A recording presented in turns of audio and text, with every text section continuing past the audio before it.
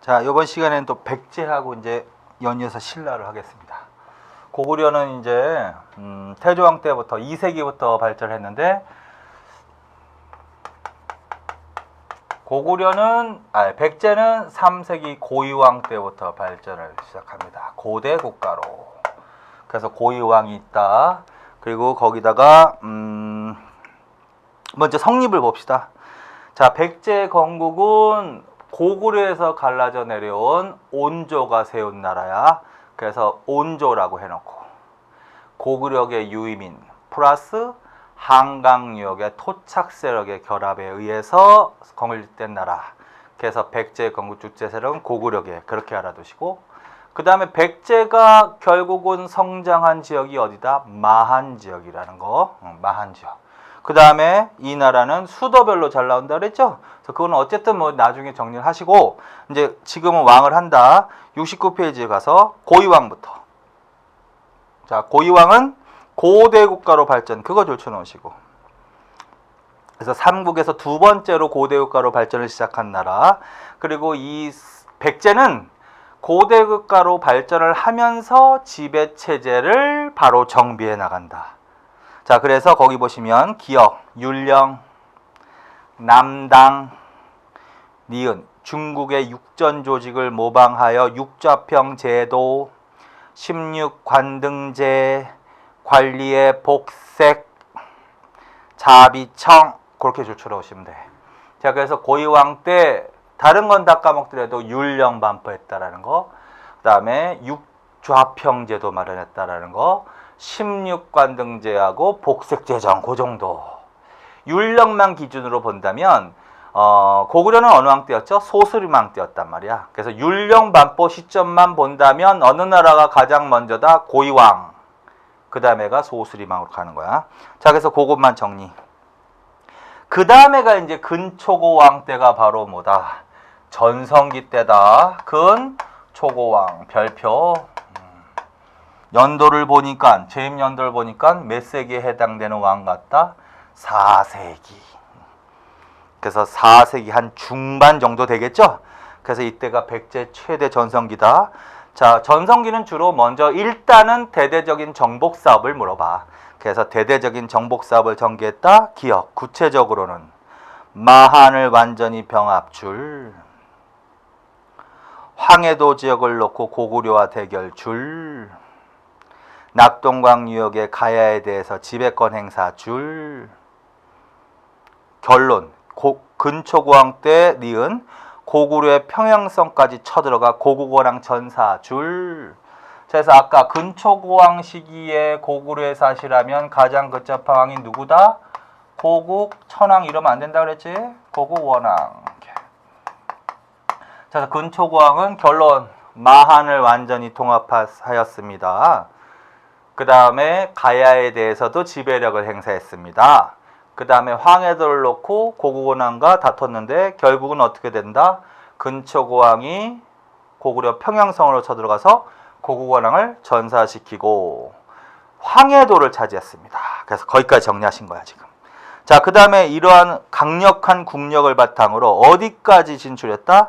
해외 진출, 고대 상업 세력권 형성, 그것도 줄. 그래서 밑에 수군을 정비해서 중국에 어디에 진출했다? 요서에다 동그라미. 자, 요서는 요하 서쪽이야. 요하 서쪽. 요하 동쪽은 요동이라고 했어요. 그래서 일단 왕이 중요한 게 아니라 일단은 요서로 진출했다라는 얘기가 나오면 무조건 백제로 가야 돼.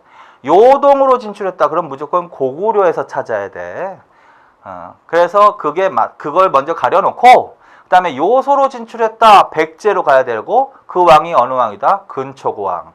요동하면 무조건 고구려로 가야 되고 그 왕이 누구다? 광개토 대왕. 그렇게 정리해 놓으시면 돼. 그 다음에 산둥, 일본의 규슈 거기까지. 그래서 거기까지만.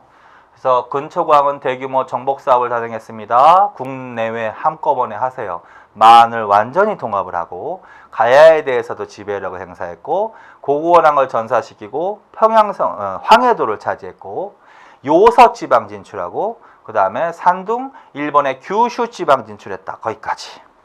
자, 그 다음에 3번 줄만. 백제 이때 백제 근초광 때 일본에 검을 하사합니다. 그게 이제 칠지도라는 거야. 그래서 칠지도 하사줄. 그 다음에 아직기하고 왕인이라는 사람이 건너가서 일본의 유황 문화를 전파하는 거야. 근데 특히 왕인, 노노하고 천자문이 나올 거죠. 거기 줄쳐 놓으세요. 특히 왕인이 어느 때? 근초광 때. 어디에? 일본에. 무엇을? 노노하고 천자문을 전파했다. 그거는 미리 좀 읽거나. 그 다음에 이때 백제에서 뭐가 이루어진다? 부자상속제. 고구려가 먼저였지. 2세기 태조 고국천왕 때. 그 다음에가 근초광 때 부자상속제. 그 다음에 백제 왕족의 성씨는 부여씨거든. 그래서 부여씨에 의한 왕위 세습제 확립. 그 다음에 진씨에서 왕비족 마련. 거기까지. 그 다음에 5번. 역사서를 편찬합니다. 그래서 백제의 역사서는 어느 때? 근초광 때. 이름이 뭐야? 역사책 이름이 서기. 누구로 하여금? 고흥. 그렇게 줄쳐 놓으시면 돼. 그래서 일단 요 왕의 업적을 공부하실 때는 일단 이 책의 장점이 뭐냐면 동그라미 1, 2, 3, 4, 5 그게 결국은 가장 기본적으로 나오는 거거든. 그냥 그거부터 먼저 읽어버려 타세요.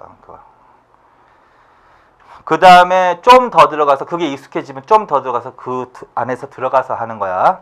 거기까지. 자, 그 다음에 무슨 왕으로 간다? 침류왕. 침류왕은 똑같이 4세기야. 그런데 하나밖에 없다. 불교 수용. 그거 줄. 어느 나라로부터? 동진줄. 고구려는 불교 수용이 소스리망 때였죠? 그래서 소스리망. 그 다음에 침류왕. 이렇게. 그 다음에 넘어가시고. 비유왕이 나온다. 연도를 보니까 400년 들어가니까 5세기로 가는 것 같다. 그래서 비유왕이 나온다. 근데 여기서 중요한 얘기가 나와. 비유왕 때는 신라 눌지마립강과 함께 무슨 동맹을 체결했습니다? 나제동맹. 그거 제일 중요하다. 433 나제동맹. 그래서 5세기로 접어들면서는 뭐다? 신라와 백제가 연합해서 신라 비유왕과 신라 누구 사이에? 눌지마립간 사이에 뭐가 체결되었습니다? 나제 동맹이 체결되었습니다. 그 이유는 누구 때문에냐면 장수왕 때문에 그래. 장수왕이 427년에 이게 배경이야. 417년에 무엇을 단행합니다? 평양천도를 단행합니다. 평양천도. 그래서 장수왕 평양천도. 그래서 강력한 남하 정책을 실시하자 이것의 결과로 백제와 신라가 동맹을 맺어서 대결하는 때 요게 5세기의 상황이란 말이야. 따라서 나제 동맹의 원인은 평양천도야. 평양천도 이후에 사실로 맞는 것을 하면 나제 동맹 물어보는 겁니다. 그리고 이제 나제 동맹은 계속 가는 거야. 그 상태에서 이제 어느 왕이 나온다? 계로왕. 그래서 계로왕이 나온다. 비유왕 다음에 계로왕인데 요 사람이 이제 결정적으로 누구의 침공으로 전사하는 사람이다. 장수왕의 침입으로 전사하는 사람이지. 근데 이제 그 전에 이 계로왕이 장수왕의 침공을 좀 견제하기 위해서 어느 나라의 사신을 파견해서 도움을 요청하기도 했다? 북이라는 나라. 그래서 북이 줄쳐 놓으시고. 근데 이 과정에서 이 계로왕은 부여 계승 의식을 표출하기도 했거든. 자, 그래서 계로왕은 북위에 보낸 국서를 통해서 부여 계승 의식을 표출하기도 했다. 이렇게. 그거 하나 알아두시고. 그러나 실제로 이루어지지는 않고 결국은 장수왕의 침공으로 어떻게 된다? 전사 475년에. 그래서 이게 바로 어떤 의미가 있다? 한강의 주인공이 바뀐 거야. 한성이 함락당한 거야. 자, 그래서 장수왕과 계로왕 사이에 있었던 일이 뭐다? 475년 전사하면서 이때가 이제 한강을 상실하는 거야. 그래서 한강을 점령하고 있을 때 한성시대 마지막 왕이 계로왕이라는 거죠. 그 다음에 그 바로 다음 왕이 문주왕. 문주왕이 바로 웅진으로 천도하는 거야. 그래서 같은 해 웅진천도. 그래서 문주왕 그냥 웅진천도 하나만 주시면 돼. 웅진천도. 그리고 전체적으로 이 웅진, 공주 웅진 시대는 침체기다. 왕권이 약화된 시기다. 전성기는 지났으니까 이제 귀족들의 반란이 많이 일어나는 때다. 이런 식으로 이해하시고, 그 다음에 웅진 시대의 대표적인 두 왕이 있다 그랬죠. 그게 이제 동성왕과 누구라고? 무령왕이라고. 그래서 요 두 왕. 그래서 웅진시대 두 왕, 동성왕. 자, 동성왕 때는 어떤 일이 있었습니다? 결혼동맹이 있었습니다. 그거 줄쳐놓으세요. 결혼동맹. 485 아니면 493년으로 나올 거야. 연도는 뭐 조금 틀려도. 자, 결혼동맹. 어쨌든 동성왕은 결혼동맹으로 가. 자, 이거는 누구하고 또 맺은 거야? 동성왕과 신라 사이에, 신라 소지 마리간 사이에. 그래서 계속 읽어버렸대. 비운을지, 비운을지, 동성소지. 비운을지, 동성소지. 계속 익숙하게 읽으세요. 그렇게 뭐 100번만 읽으면 뭐 이상하게 비유소지하면 이상해진다고. 비운을지, 동성소지. 비운을지, 동성소지. 이렇게. 평양천도가 먼저지.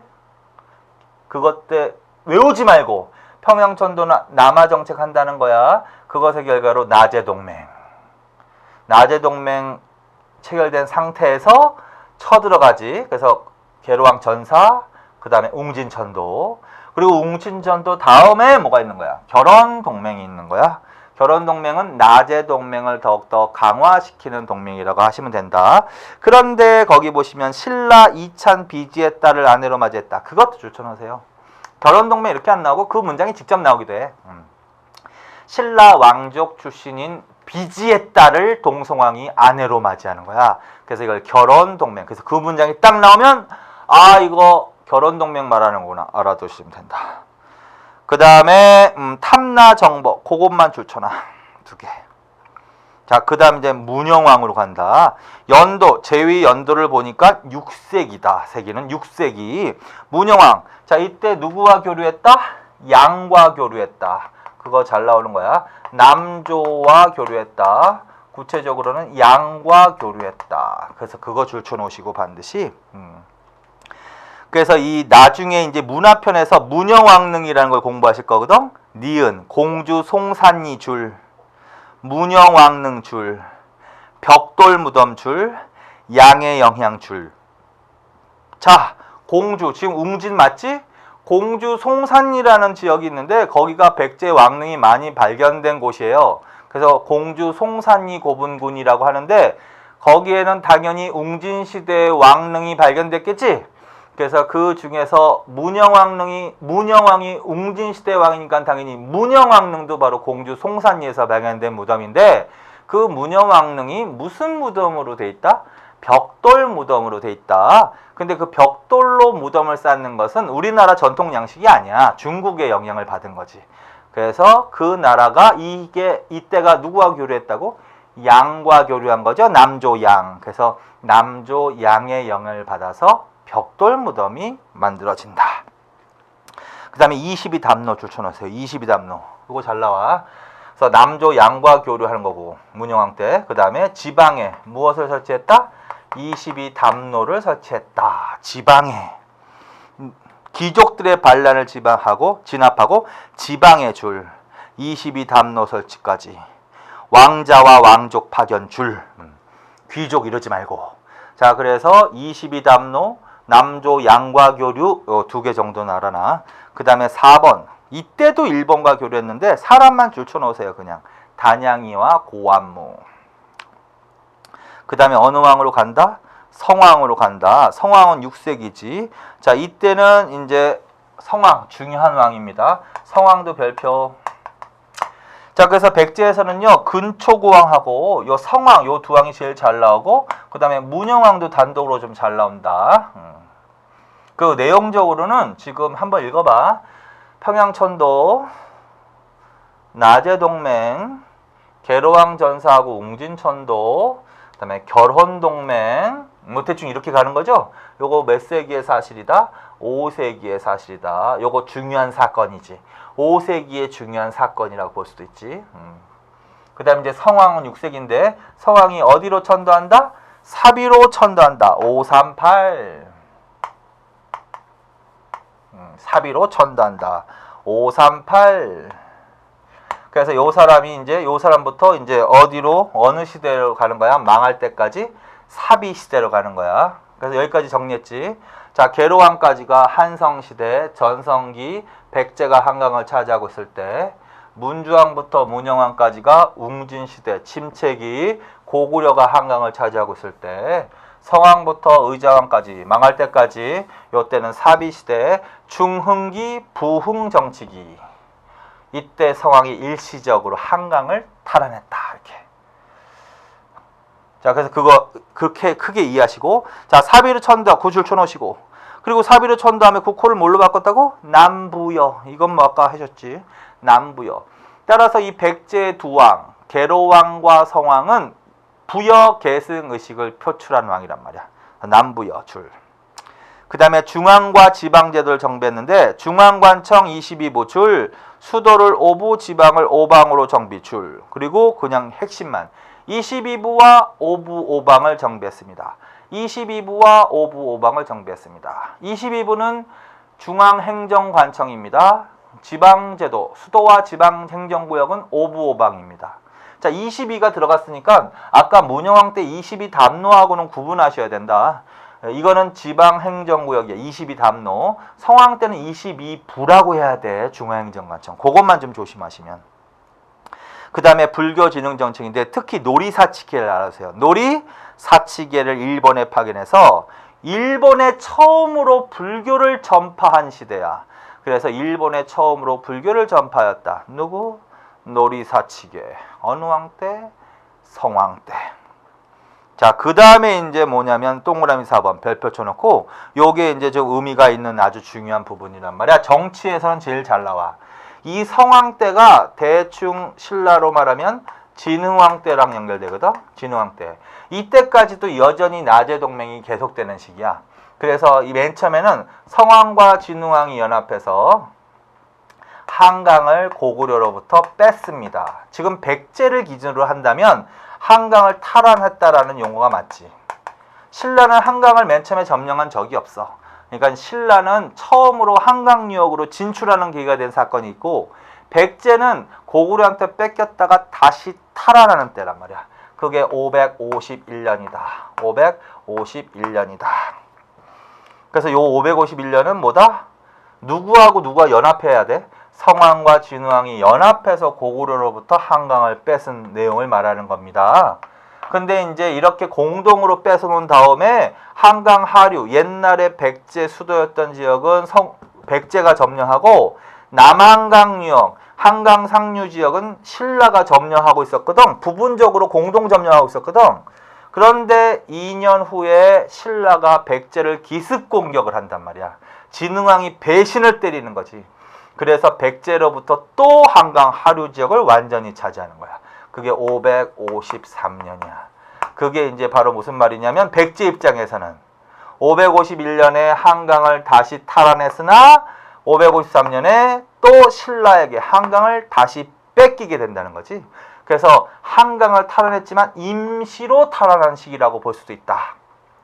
그러면 신라 입장에서는 신라는 이제 551년 백제와 연합해서 남한강 유역으로 진출했지만 2년 후에는 백제까지 공격해서 한강 하류를 완전히 차지하는 거지. 자, 그래서 이거는 신라가 단독 점령한 거다. 신라가 단독 점령한 것을 말한다. 이렇게.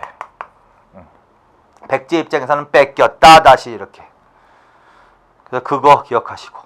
그리고 거기다 하나만 써놓으세요. 이때 나제 동맹이 결렬되는 거야. 싸웠으니까. 그래서 나제 동맹은 433년에 체결되어서 120년간 지속된 동맹이야.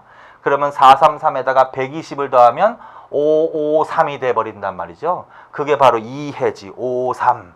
그래서 거기다 나제 동맹 결렬 이렇게.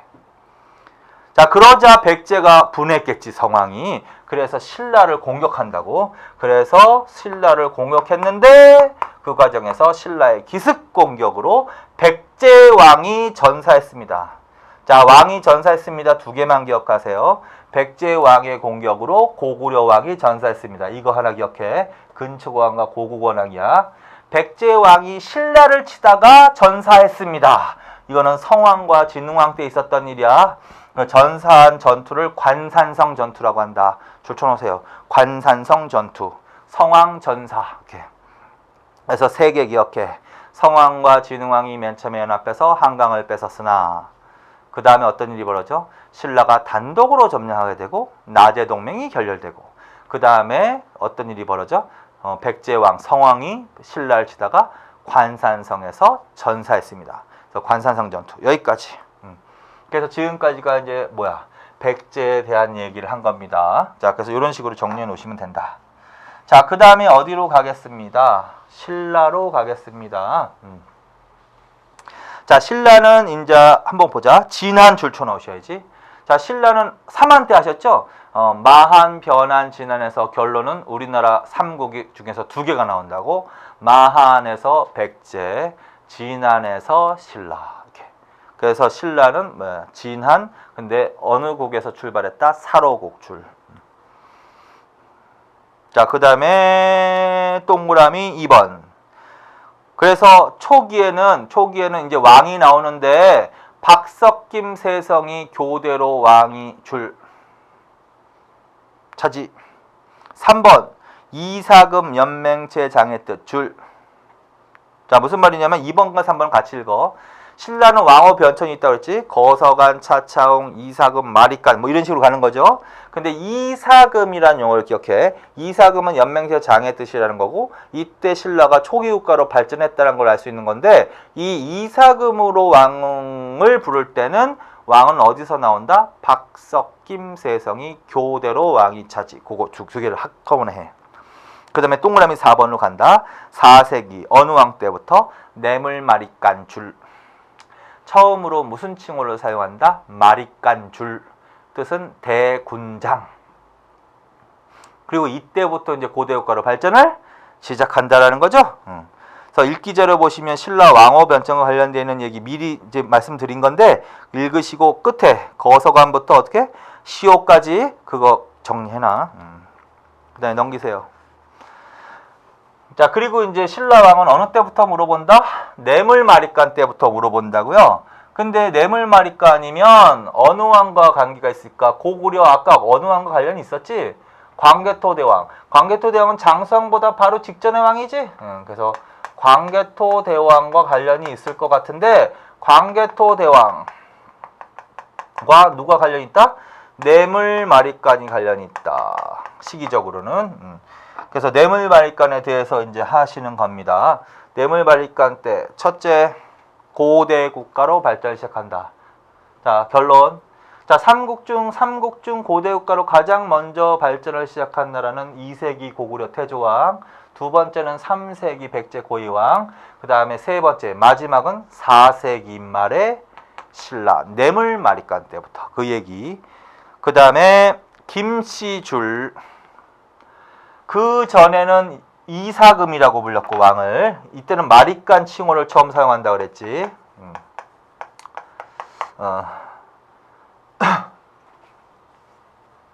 좀 더 하기 위해서 그냥 대충 여기다 써놓읍시다.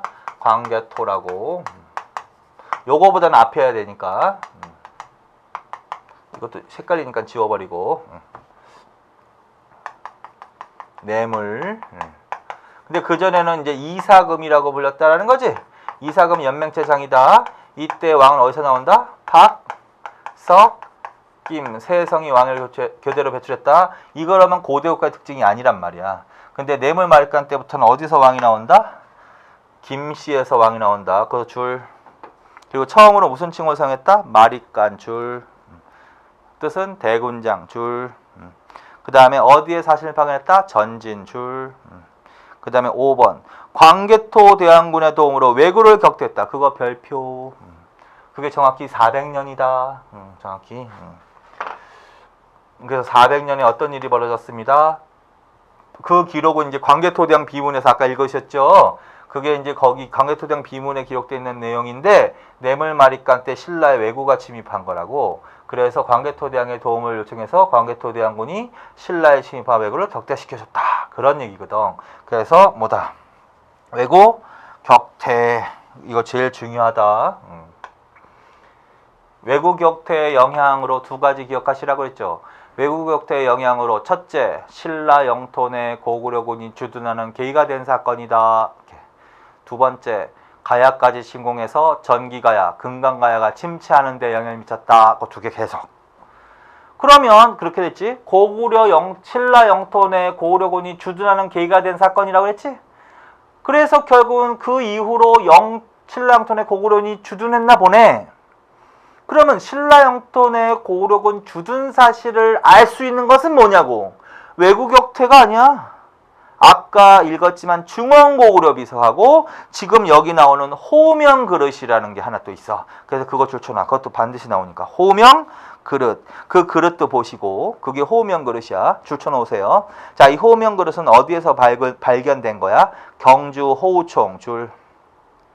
어느 나라 땅에서 발견된 거야? 신라 땅. 밑바닥에 어떻게 명문이 새겨져 있어? 을면현 국강상 광개토지 호태왕 호우십 그거 다 줄.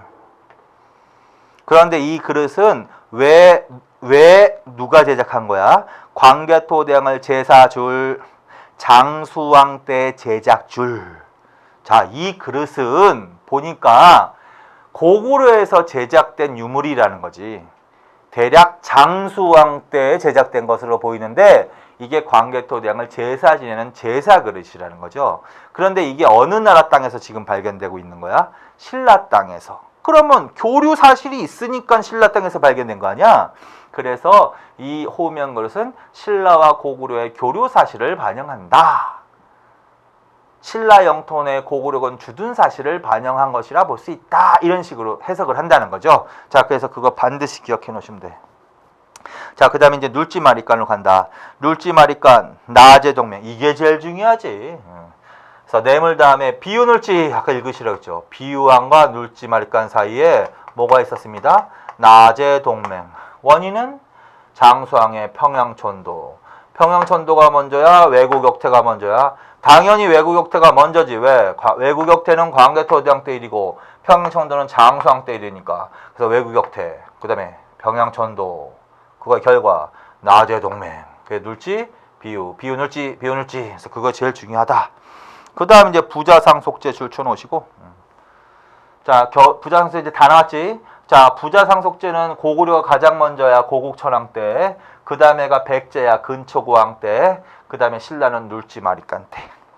불교 소개. 자, 고구려의 아도묵호자 줄. 귀족들의 반발로 공인되지는 못하였다까지. 자, 양가로 4번 소지마리간으로 간다. 자, 소지마리간 때 제일 중요한 사실은 결혼동맹이겠지. 결혼동맹. 그래서 동성 계속 읽으라 했죠. 동성소지. 동성소지마리간 사이에. 자, 그래서 이때 신라에서 누구를 보낼까? 비지의 딸을 보내는 거지. 그래서 비지의 딸을 동성왕이 아내로 맞이한다. 이게 바로 결혼 동맹을 말합니다. 그래서 이게 제일 중요한 거고. 그 다음에 이제 줄만 쳐놓으세요. 처음으로 우역 설치, 수도 경주의 시장, 육부의 행정 개편, 이렇게 4개. 자, 그 다음에 이제 어느 왕으로 간다? 지증왕으로 간다. 자, 그래서 지증왕. 자, 신라왕은요, 나머지는 이제 그 중요한 사건이 중요한 거고, 단독으로 나올 만한 왕은 요 신라에서는 요 세 왕이야. 지증왕, 법흥왕, 그 다음에 진흥왕. 요 세 사람은 정리, 별표. 자, 그래서 6세기의 초에 지증왕, 그 다음에 법흥왕, 그 다음에 진흥왕. 물론 이제 진흥왕이 제일 잘 나올 수 있지만 그렇지도 않아 요새는. 그래서 어디에서 나올 수 있다. 그래서 세 왕은 정리를 잘 해놓으십시오. 자, 그래서 지증왕에 대해서 하겠습니다. 자, 지증왕은 정치제도 정비했다. 지증왕 때는 그동안 사로 또는 사라라고 다양하게 불리던 국호를 신라로 고치고, 결론 국호를 신라로 고치고 줄. 왕의 칭호도 마리간에서 무엇으로 고쳤다? 중국식 왕줄. 결론 2개. 지증왕은 뭐한 사람입니다? 국호를 신라로 고친 사람입니다. 신라가 맨 처음에는 신라라고 불리지 않았거든. 근데 신라라고 불리는 때가 어느 때부터다? 지증왕. 그 다음에 그전에는 마리간이라는 용어를 썼지, 왕을. 근데 처음으로 왕칭호를 사용한 거야. 그래서 결론 2개. 신라, 중국식 왕명. 그 다음에 행정구역을 정비하고 중국의 9년제에 따라 지방제도 정비. 그건 줄만. 그 다음에 우산국 복속. 그거 줄. 이거 중요하지. 우산국 복속. 누구로 하여금 이사부까지. 근데 거기 이제 울릉도만 나와 있는데 울릉도만이 아니라 독도까지 포함을 하세요. 울릉도와 독도. 자, 그래서 울릉도와 독도는 신라 무슨 왕 이래 우리나라 영토로 편입되었습니다. 지지왕. 그래서 지금까지 우리나라 땅인 거지. 자, 그래서 거기까지. 그 다음에 농업의 장려, 순장의 금지. 순장의 금지 줄. 농업의 장려는 구체적으로 쭉 읽고 거기 우경실시 줄쳐 놓으세요. 자, 지증왕은 농업을 장려했습니다. 그걸 위해서 무엇을 장려했습니다? 우경실시. 그러니까 농사 짓는데 소를 이용하는 거야. 우경실시 그거 줄. 그 다음에 왕이 죽으면 순장하는 풍습을 어떻게? 금지. 순장금지. 순장금지 줄.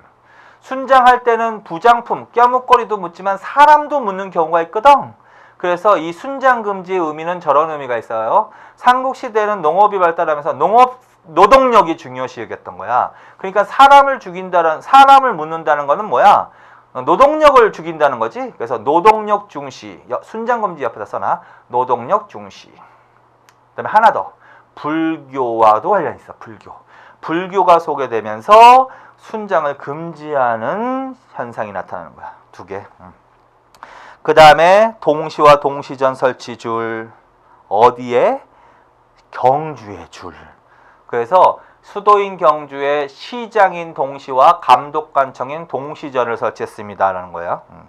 자, 그 다음에 지증왕 때 비석이 두 개가 있는데 하나가 포항 중성리 신라비하고 영일 냉수리비로 갑니다. 그런데 이 포항 중성리 신라비는 441년 곧 뇌물마리간 때라고 나올 수도 있어. 건립연대에 대한 견해 해석이 다르기 때문에. 그러나 뇌물마리간으로 나오던 지증왕 때로 나오던 현재 발견된 신라 비석 중에서 가장 오래된 비석. 현존 최고 신라비까지. 그 정도. 자, 그 다음에 이제 어느 왕으로 간다? 법흥왕으로 간다. 법흥왕에다가는 여기다가는 이렇게 아예 써놓으세요. 건원이라고 써놔. 그리고 가로 닫으세요. 이건 이 사람도 독자적인 연호를 썼거든. 독자적인 연호. 그래서 이 법흥왕이 쓴 독자적인 연호는 뭐라고 한다? 건원. 명락은 누구지? 광개토대왕. 건원은 누구지? 법흥왕이요.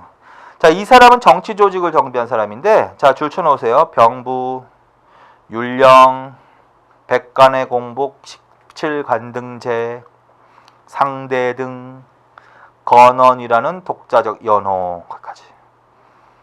그래서 뭐 나머지는 까먹어도 율령 이런 건 까먹으면 안 되겠지. 율령 17관등제 정비 요 정도. 그 다음에 건원이라는 독자적 연호까지. 그 다음에 불교공인 그거 줄 쳐놓고 불교공인 거기다 이렇게 써놓으세요. 527년 2차돈 순교 이렇게. 그래서 눌지마리간 때를 잠시 본다면 눌지마리간 때도 불교가 소개됐으나 이때 귀족들이 반발을 했어. 그래서 귀족들의 반발로 공인되지 못했다고 해야 되고 그때는 법흥왕 때 2차돈이 순교를 계기로 불교를 공인합니다. 그래서 불교 공인은 법흥왕으로 가셔야 됩니다. 527년 2차돈 순교 그거 기억하시고. 자, 그 다음에 영토 확장. 자, 이 사람은 어디를 병합했습니다. 김해 금강가야 본가야 병합줄. 자, 그래서 나중에 이제 가야를 하겠는데 가야의 전기가야 연맹을 주도했던 가야가 이 김해 금강가야거든. 이 금강가야가 어느 때 멸망한다? 법흥왕 때 멸망한다. 그거 줄쳐 놓으시고요. 그 다음에 비석으로 울진 봉평비하고 영천 청제비 그거 줄. 자, 신라 비석은 이제 비석 문제는 각각 문화편에서 나오는 건데 비석도 잘 나오는 건데 신라 비석은 일단 지증왕 때부터 생각하시면 돼. 지증왕 때부터 나오기 시작한다 말이야. 두 개 읽으세요 그냥. 포항 중성리 신라비하고 영일 냉수리비. 그게 먼저 나와야 되죠. 어쨌든 지증왕이니까. 그다음에 법흥왕 때 울진 봉평비하고 영천 청제비. 일단 그냥 익숙하게 읽어만 놓으세요 지금은. 그 다음에 대가야와 결혼 동맹 체결. 그것도 줄쳐놓으세요. 대가야와 결혼 동맹을 체결했습니다.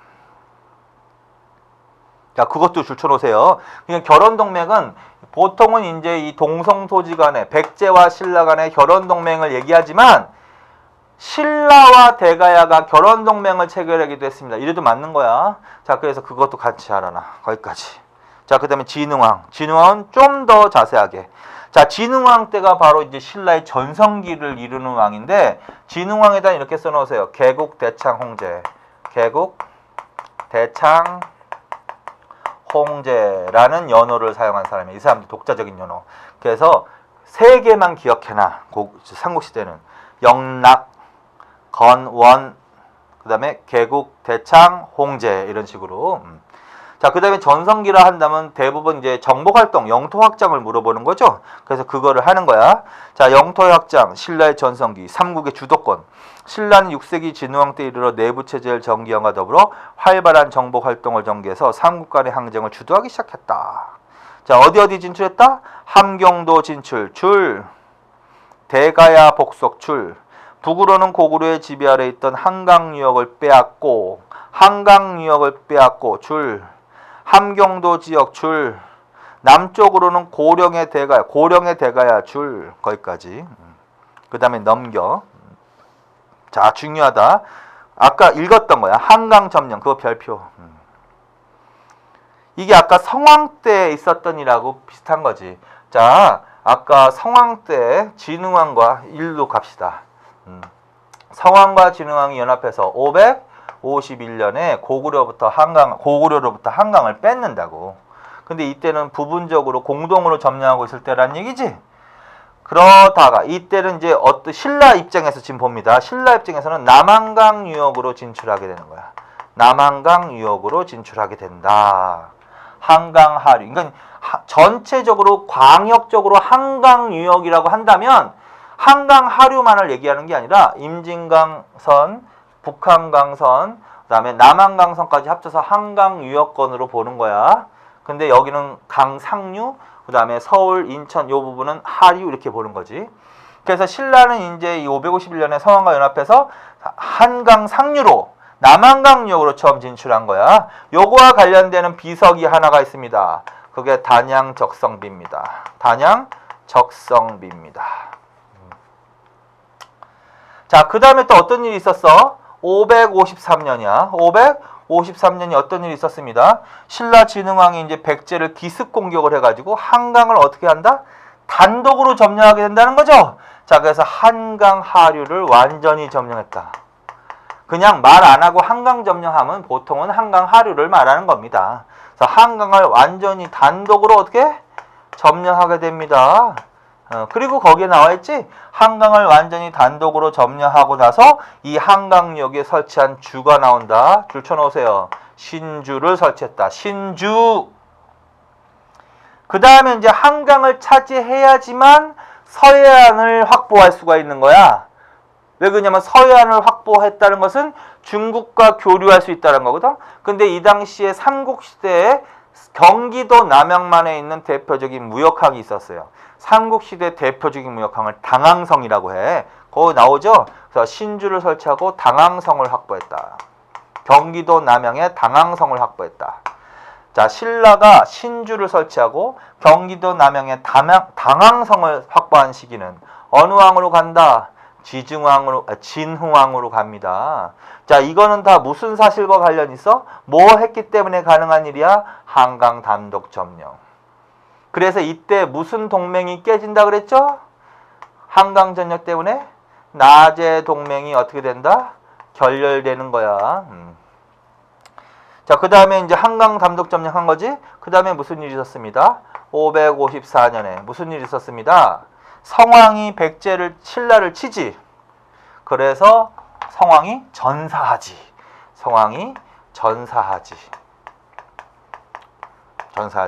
이거 무슨 전투라고 했다? 관산성 전투라고 했다. 이렇게. 그리고서 555년으로 추정되는 비석이 하나가 건립되는데 그게 바로 뭐다? 북한산비입니다. 북한 조금 심화되게 하는 거야. 북한산비. 지금 결론은 뭘 하는 거냐면 한강 점령은 무조건 아주 중요한 사실이니까 별표 쳐놓고 다 읽어놓으시고 진흥왕이 전성기가 영토 확장과 관련되어 있는 지금 비석을 지금 미리 좀 알아두시는 거야. 자, 결론적으로 말씀드리면 진흥왕이 대규모 영토 확장을 한 사람인데 진흥왕의 영토 확장과 관련되는 비석을 모두 고르시오 하면은 크게 5개를 골라야 돼. 일단 근데 2개로 표현하면 이렇게 단양적성비하고 진흥왕 순수비라고 된다. 그리고 진흥왕 순수비는 4가지가 있어. 북한산비, 장령비, 황초령비, 마을령비성. 거기 나오는 거 리을이지. 리을 별표 쳐놓으시고. 그런데 이제 이 단양적성비 건립 연대는 551년으로 보는 거야. 그래서 이 성안과 연합해서 한강을 공동으로 차지한 거, 그걸 반영한다 이렇게 볼 수도 있는 거지. 그 다음에 북한산비는 555년으로 보는 견해가 우세하다. 그러면 이 세웠으니까 그 전에 어떤 일이 벌어진 거야? 한강을 단독으로 점령하고 성왕 죽이고 이런 일이 그 전에 있었던 거잖아요. 그러니까 한강 하류를 완전히 차지한 거를 반영한다는 거지. 그리고 이제 북한산비 다음에 뭘로 간다? 창녕비는 어느 지역 진출과 관련 있다? 가야 지역까지도 진출하더라. 그 다음에 이제 고구려를 쳐서 북쪽으로도 영토를 확장시킨다. 함경남도점도 된다. 황초령비하고 마을령비석으로 가십시오. 황초령비하고 마을령비석 이렇게. 자, 그래서 북한산비, 창녕비, 황초령, 마을령비 요 네 개를 진흥왕 순수비라고 하는 거야. 자, 그래서 아주 단순하게 합시다. 자, 진흥왕은 대규모 정복 활동했다. 그 중에서 일단 한강 점령 사실이 제일 중요한 거니까 그거 하나 기억하시고, 한강을 단독으로 점령한 사람이다. 그 다음에 신주 당항성 확보했다. 이렇게 알아두시고, 그 다음에 영토 확장과 관련되어 있는 비석을 물어볼 수 있다. 단양적성비하고 진흥왕 순수비다. 그리고 진흥왕 순수비는 왕이 돌아다니는 걸 순수한다고 얘기하거든. 그래서 왕이 행차하는 거를. 순수비, 지금 발견된 진흥왕 순수비 4개야. 순서대로 읽으세요. 북한산비, 창녕비, 황초령, 마을령비석. 근데 이건 다 영토 확장과 관련돼 있으니까 어떤 지역으로 진출한 사실을 반영하는 거거든. 자, 그래서 단양, 남한강, 북한산비, 한강 하류, 창녕비, 가야, 황초령, 마을령비, 북쪽, 함경남도. 이렇게 정리해 놓으시라는 거야. 자, 거기까지. 자, 그 다음에 화랑도 공인 화랑도를 공인했습니다. 자, 그 다음에 불교를 진흥했습니다. 불교 교단을 정비했습니다. 자, 구체적으로는 기억에서 국통제도 고구려 출신 승려 해량을 최초의 국통으로 임명 해량 동그라미. 기타 주통 군통제도 실시 지방에도 승려를 파견했습니다. 자, 첫째 그냥 읽어. 국통, 주통, 군통제도를 실시한 사람. 진흥왕. 승려들에게 벼슬을 주는 거거든. 그래서 제일 높은 승려에게는 국통해서 왕을 보좌하도록 하는 거야. 그래서 최초의 국통이 누구라고? 해량. 그 다음에 주와 군, 지방이거든요. 그래서 지방에도 승려를 파견했다. 그걸 주통, 군통제도. 결론, 국통, 주통, 군통제도, 해량. 두 번째, 황용사 팔간의 자, 그리고 무엇은 사찰을 건립합니다. 황용사. 그 다음에 불교 행사, 팔간의 3개. 진흥왕 때 불교 관련되어 있는 거. 국통, 주통, 군통제도, 황용사 건립, 팔간의 개체. 그렇게 정리. 자, 그 다음에 역사서를 편찬합니다. 국사, 거칠부, 백제는 어느 때 역사서를 편찬했죠? 근초고왕 때. 따라서 백제가 먼저지 진흥왕 때보다. 그래서 이건 서기. 이거는 국사. 이런 식으로. 그 다음에 개국, 대창, 홍제. 그거 미리 그 왕 옆에서 써놨죠? 연어는 3개만 의도적으로 외우세요. 영락, 광해토대왕, 건원, 법흥왕, 개국, 대창, 홍제라는 용어가 나오면 진흥왕. 그 정도만 읽으세요. 자, 그래서 일단 세 왕이 제일 잘 나와. 그래서 지증왕, 법흥왕, 진흥왕 요 세 왕을 집중적으로 해놓으시고 나머지는 줄만 쳐놓고 넘어갑시다. 자, 진평왕은 6세기 말에서 7세기 전반까지 걸치는 왕이지. 2번 줄 쳐놓으세요. 수, 원광, 걸사표. 이렇게. 진평왕 때는 수나라에 원광을 보내 걸사표를 바쳤습니다. 이런 식으로. 비석줄 쳐놓으세요. 남산, 신성비. 그 2개 정도만 기억하세요. 선덕 여왕. 자, 최초의 여왕이라고 써놓으세요. 옆에다가. 최초의 여왕. 당연하지? 신라에서는 왕이 남자가 계속되다가 처음으로 여왕이 등장했습니다. 그게 선덕 여왕입니다. 자, 거기 줄 쳐놓고. 자, 김춘추 파견 있다. 이때는 왜 그러냐면 여왕이 즉위하니까 주변에서 너무 깔봤나 봐. 그래서 자꾸 공격을 당해. 특히 백제 공격을 심하게 받을 때야. 그래서 실제로 땅을 좀 뺏기는 때거든요. 그래서 김춘추를 외국에 파견해서 도움을 요청하기도 했다. 이런 사람이야. 이런 얘기야. 그래서 김춘추 파견 그거 줄 쳐놓고 심지어는 어디에도 파견했다? 고구려도 줄 쳐놔. 고구려 외당 일단 줄 쳐놓는데 고구려도. 이때 이 고구려가 바로 연개소문이 권력을 잡고 있을 때 이 사람이 가기도 해. 거기까지. 그 다음에 동그라미 3번을 갑시다. 황룡사 구축목탑, 첨성대, 분황사 모전석당 건립. 그건 줄 쳐놓으시고 별표 쳐놓으세요. 이건 문화편에서 아주 잘 나오는 문화재야. 그래서 이건 반드시 외우세요. 세트로 항상 다녀. 선덕여왕 때라고. 황룡사 구축목탑의 건립, 첨성대, 분황사 모전석탑. 요거는 다 어느 여왕 때? 선덕여왕. 그렇게 알아두세요. 그 다음에 이제 진덕여왕으로 갑시다. 자, 선덕여왕 다음에가 진덕여왕이다. 자, 진덕여왕은 무슨 정책? 친당. 자, 당의 문물을 찬양하는 태평성 줄, 김범민 줄. 자, 그래서 진덕여왕 때는 당나라에 누구를 보내?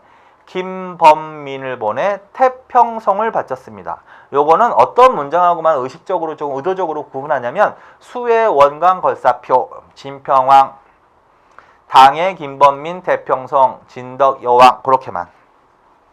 그 다음에 관제정비에서 집사부 정도만 줄쳐놓으세요.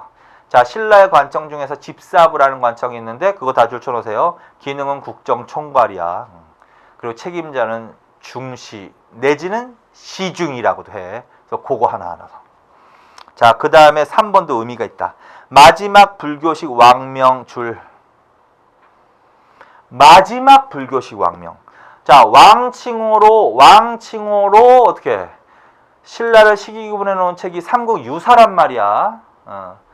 그래서 이 불교식 왕명 시대는 정확히 중고에 해당된다. 중고라고도 써놔. 중고. 불교식 왕명 시대는 중고. 그러면 중고식 왕명 시대 중고는 법흥왕 때부터 법흥왕, 진흥왕, 진평, 선덕, 진덕여왕 때까지란 말이야. 그래서 이 진덕여왕은 마지막 불교식 왕명 시대. 삼국유사의 표현대로 한다면 마지막 중고의 왕이라는 거지. 마지막 중고. 자, 그 다음에 마지막 성골 출신왕. 그것도 줄쳐놓으세요. 자, 성골, 진골 이거는 신분이지. 자, 신분을 기준으로 신라를 시기구분해 놓은 책은 삼국사기라 그랬습니다. 삼국사기에 의하면 성골이 왕이 되던 시대, 그 다음에 무열계 진골, 레물계 진골 이렇게 나누는데 상대, 중대, 하대 이렇게 나눈단 말이야. 성골이 왕이 되던 시대를 상대라고 했어. 그래서 마지막 성골 출신 왕, 그래서 성골 출신 거기다가 상대라고 해놔. 그래서 마지막 성골 출신 왕이 진덕여왕입니다. 그러면은 성골이 왕이 되던 시대가 바로 상대라고 했지? 그러니까 상대의 마지막 왕입니다. 이렇게 하시면 되죠. 자, 그래서 그런 식으로 기억해 주시면 돼. 그 다음에 니은까지 미리 예습한다. 무열왕 하나 줄쳐놓으세요. 뭐냐면 진덕여왕 다음에가 무열왕이거든. 진덕여왕 다음에가 무열왕이거든. 그냥 입으로 할게요. 진덕여왕 다음에가 무열왕이거든. 그러면 이 진덕여왕이 마지막 불교식 왕명이면 무열왕은 처음으로 시호시대의 시작이지. 하고의 시작이다 이렇게. 그 다음에 마지막 성골 출신 왕이라는 소리는 무열왕은 최초로 진골 출신 왕이라는 거지. 그러면 이게 뭐다? 중대의 시작이다 이런 식으로. 자, 그래서 그런 식으로만 정리해 놓으시면 된다. 자, 그래서 지금까지 삼국의 주요 요 부분에서 제일 잘 나오는 겁니다. 근데 이제 이걸 물어볼 때 왕 이렇게 물어볼 수도 있지만 수도별로도 낼 수도 있고 신라 같은 경우는 왕칭호별로도 낼 수 있고 이런 식으로 자꾸 응용식 문제가 나온다는 거지. 심지어는 세기별로도 나온다. 그거는 이제 나중에 교과서에서 한번 확인만 하면 되고. 자, 그래서 요 부분을 제일 일단 잘 해두시면 됐습니다. 자, 여기까지 하겠습니다. 수고하셨습니다.